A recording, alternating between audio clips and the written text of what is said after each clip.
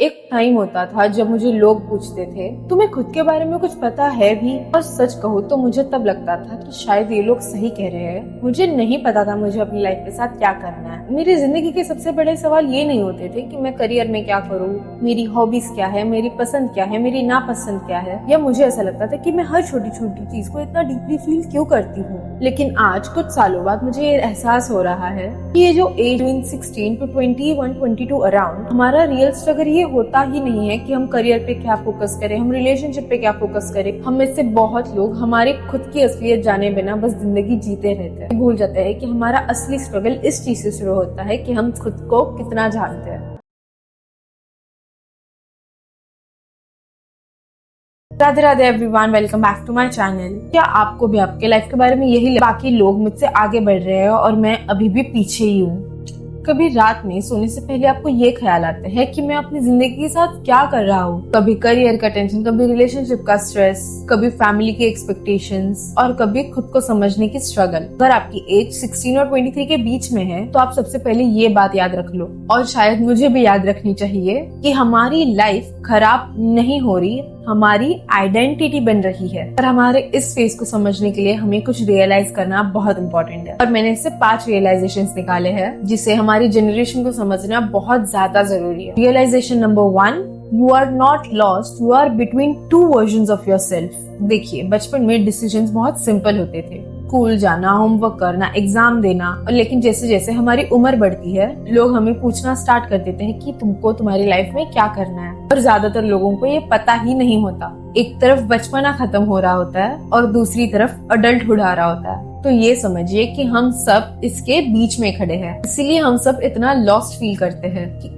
ये समझने की कोशिश कीजिए कि आप लॉस्ट नहीं हो, आप एक ट्रांजिशन में हो। लेकिन कंफ्यूजन सिर्फ यही नहीं है, इसके पीछे भी एक और वजह छुपी हुई है। वो है हमारी realisation number 2, you are comparing your whole film to someone's highlighted reel.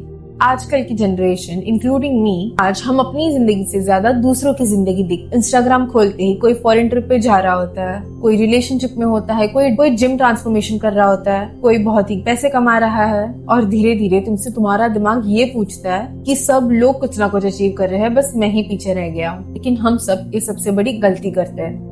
हम अपनी रियल लाइफ को कंपेयर करते हैं किसी के बेस्ट मोमेंट से। कोई अपनी एंजाइटी, अपनी इनसिक्योरिटी, अपनी फेलियर्स इंस्टाग्राम पे शेयर नहीं करता, और इसी कंपैरिजन की वजह से हम अपनी जर्नी को अंडर एस्टिमेट करते हैं। हमें लगता है कि हम अपने लेन में पीछे चल रहे हैं, जबकि रियलिटी में ऐसा कुछ नहीं होता। पर कहानी सिर्फ यही तक सीमित नहीं है दोस्तों। इसमें आता है realisation number 3, nobody knows what they are actually doing। मैं तुम्हें एक सीक्रेट बताती हूँ, जो 20 साल का आदमी है वो भी कंफ्यूज है, जो 25 साल का इंसान है वो भी कंफ्यूज है, और जो 30 का है वो तो सबसे ज्यादा कंफ्यूज है। हम बचपन में सोचते हैं कि अडल्ट्स के पास तो हर सवाल का जवाब होता है, लेकिन रियलिटी में सब लोग अपनी लाइफ को समझने की कोशिश कर रहे होते हैं। डिफरेंस सिर्फ इतना होता है कि कुछ लोग उस कंफ्यूजन को एक्सेप्ट कर लेते हैं और कुछ लोग प्रिटेंड करते हैं कि उन्हें सब पता है। इतना समझ लो कि आपके पास अभी भी वक्त है। तुम्हें अभी फिगर आउट करने की कोई जरूरत नहीं है। तुम्हें सीधा चट्टान की ऊंचाई नहीं देखनी है, बस अपना अगला स्टेप देखना है। और यही बात हमें ले जाती है हमारे 4th रियलाइजेशन की तरफ, These years will shape your identity। देखिए, अपनी जिंदगी के बारे में कंफ्यूज होना और अपनी जिंदगी के साथ कुछ नहीं करना, दोनों में बहुत बड़ा डिफरेंस है। अगर आप अपनी 16 से लेके 23 एज तक आप अगर पूरी मेहनत करते हो, तब जाके आपकी आइडेंटिटी क्रिएट होती है। और आइडेंटिटी क्रिएट करने के पीछे सबसे बड़ी चीज होती है, वो है हैबिट। तुमने जो ये उम्र निकाली है, आप कौन से हैबिट्स फॉलो कर रहे थे, आप किस तरह के लोगों से मिल रहे थे, आपका एनवायरनमेंट कैसा था, ये सब हमें आगे वाले एज में शेप करता है। ये वही एज है जहाँ आपको डिसाइड करना होता है, क्योंकि बचपन में हमारे पास शायद चॉइस नहीं होती। हमारे पेरेंट्स हमें जिस एनवायरनमेंट में रखते हैं, बच्चे उसी एनवायरनमेंट में बड़े होते हैं। पर जब आप इस एज में हो, आपको चॉइस मिलती है कि आप बड़े जाकर अपने आप को कैसे शेप करोगे। और बाय चॉइस में को किसके साथ वक्त बिताना है, आपको किस चीज को इम्पोर्टेंस देनी है, आप किस तरह के इंसान बनना चाहते हो। हर दिन उस इंसान को वोट दे रहे हो जो इंसान आपका फ्यूचर बनेगा। इसीलिए कभी भी अपने छोटे छोटे हैबिट्स को अंडर एस्टिमेट मत कीजिए।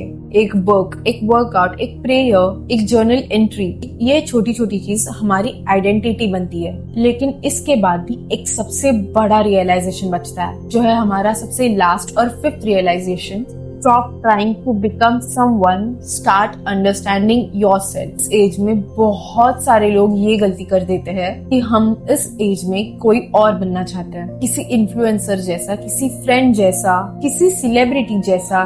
पर क्या आपको लगता है कि आपके लाइफ का पर्पस किसी और जैसा बनना है? श्रीमद् भगवत गीता में कृष्ण जी अर्जुन को पूरी दुनिया छोड़ने नहीं बोलते, वो अर्जुन को खुद को और दुनिया को समझाना सिखाते हैं। और शायद स्पिरिचुअलिटी का सबसे पहला स्टेप यही है, खुद को समझना। अगर आपको खुद को यूनिवर्स के साथ, गॉड के साथ अलाइन करना है तो आपको सबसे पहले खुद को समझना होगा। खुद को इतनी इम्पोर्टेंस देनी पड़ेगी कि आपको अपनी खुद के बारे में हर चीज पता हो।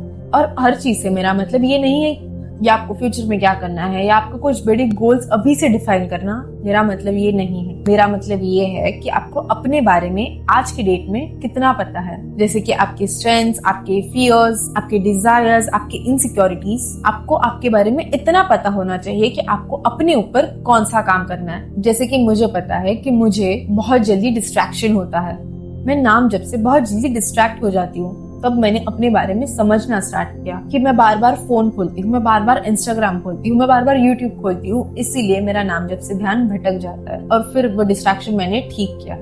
और उस डिस्ट्रैक्शन को ठीक करने के लिए भी पहले मुझे समझना पड़ा, पहले मुझे एक्सेप्ट करना पड़ा कि हाँ, मेरा माइंड नाम जब से डिस्ट्रैक्ट होता है। तो अपने आप को समझना मतलब आज के अपने आप को समझना, ना कि अपने फ्यूचर अपने आप को। जब आप अपने प्रेजेंट सेल्फ को जानते हो तभी आप अपने फ्यूचर सेल्फ को क्रिएट कर सकते हो। और जिस दिन आप खुद के बारे में समझ जाओगे, उस दिन से आप दूसरों की अप्रूवल के पीछे भागना बंद कर दोगे। तो आते हैं कंक्लूजन पे। अगर आपकी एज 16 और 23 के बीच में है तो एक बात हमेशा याद रखिए, तुम लेट नहीं हो, तुम टूटे हुए नहीं हो, तुम फेल नहीं हो, तुम बस उस फेज में हो जहाँ पे आपकी फ्यूचर सेल्फ की आइडेंटिटी बन रही है।